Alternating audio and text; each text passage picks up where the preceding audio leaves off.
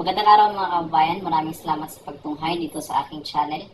At kung kayo ay bago pa lamang po at mahilig kayo sa isyu ng politika at isyu ng nangyayari sa kasalukuyan sa ating bansa, ay tama po ang inyong bidyong pinapanood. And don't forget to like and subscribe for more videos and updates dito sa ating channel.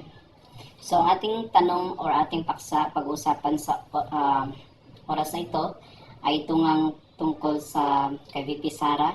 At ang tanong sa ating issue is, ano ang gagawin ni VP Sara upang siya ay makabalik sa number 1 spot dito nga sa pagiging presidentiable. Unang-una po, ito nga si VP Sara ay pangalawa na lang doon sa presidentiable survey na ginawa ng mga survey firm kamakailan lang. At isa sa mga malaking epekto sa kanya ay ito ang issue ng confidential fund.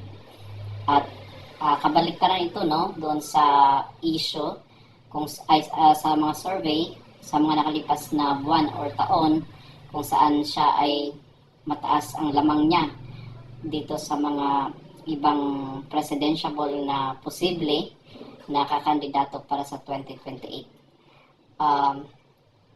Unang-una, itong si VP Sara ay frontrunner ever since, kahit nga po before ng 2022 election, dahil si President Rodrigo Roa Duterte ay pinupush itong si Sara para maging president, pero nag-giveaway siya dito kay President Bongbong Marcos na maging vice president na lang instead na tatakbo bilang presidente ng Pilipinas.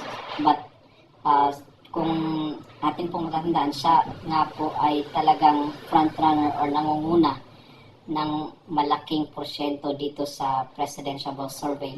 Pero ngayon guys, after nung issue ng confidential fund, siya na lang ay pumapangalawa at lumalaki at kumakapal din po ang lamang ng nangunguna, which is si Raffy Tulfo sa pagiging presidential survey na ginawa ng Tangere. So anyway, so ang tanong po, ang ating tanong is, ano ba ang gagawin ni VP Sara para siya ay bumalik sa pagiging number 1 dito sa presidential survey? Number 1, para sa akin, ang aking opinion, ang kanyang gagawin para siya ay muling bumango or tumaas ang kanyang rating ay ipagpatuloy niya lang yung kanyang ginagawa at iwasan ang pagiging oposisyon sa kasalukuyang administrasyon, dahil kung siya ay oppose ng oppose or kontra ng kontra, magiging kapareho siya nung time ni Leni Robredo kung saan ay siya ay kumukontra sa previous administration, ay talagang bumaba din ang kanyang popularity. So kung para maiwasan ni VP Sara na mangyari sa kanyang ganon, ay dapat na maging tahimik lang siya sa mga issue. And pangalawa, ito ang issue ng confidential fund, kung saan isa sa mga naging issue na binato sa kanya, at nung hindi niya ito napaliwanag nung nagkaroon ng hearing doon sa Congress at sa Senate, hindi niya masyadong nasagot o na-explain. So doon napagtanto ng tao na kailangan nga ng ibang brand na posibleng maging presidential sa 2028.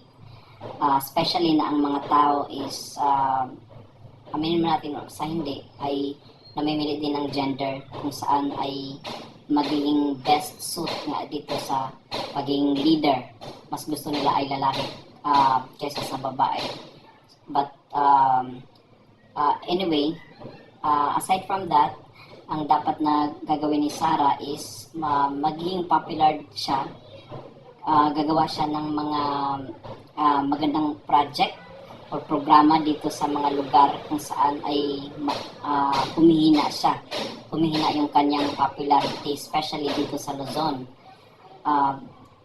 I'm sure sa Mindanao ay mananalo naman siya, pero sa Luzon, dito ay mukhang maging tagilid siya, At dito sa Visayas maging 50-50 siya, especially na lugar ito ng Romualdez. at sa Eastern Visayas, at dito naman sa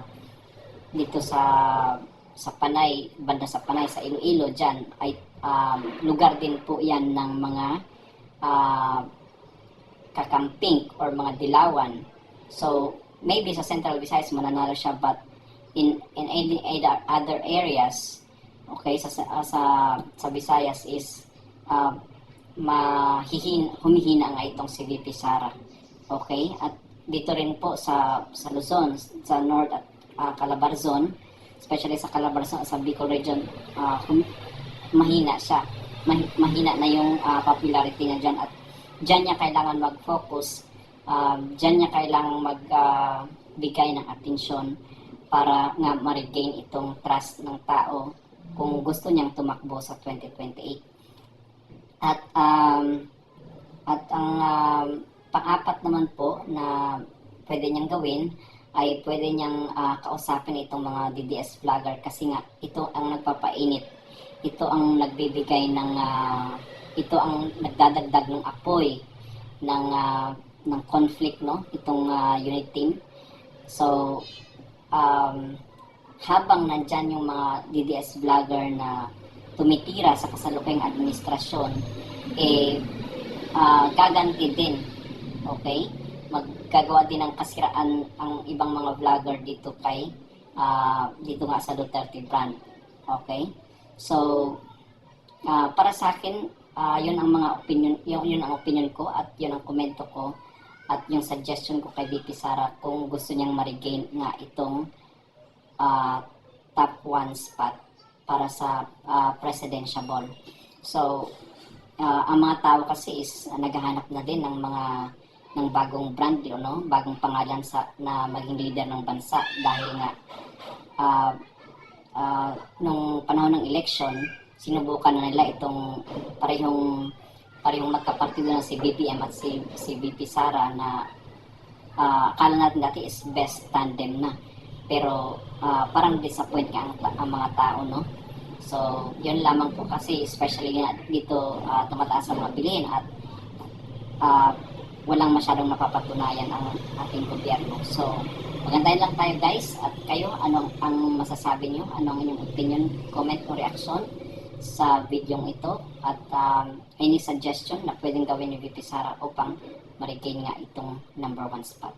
Again, kung bago lamang po kayo sa aking channel, please don't forget to like and subscribe, dahil maya-maya po ay magbibigay tayo ng reaksyon, updates, at mga issue na napapanahon dito sa ating bansa. Maraming salamat po.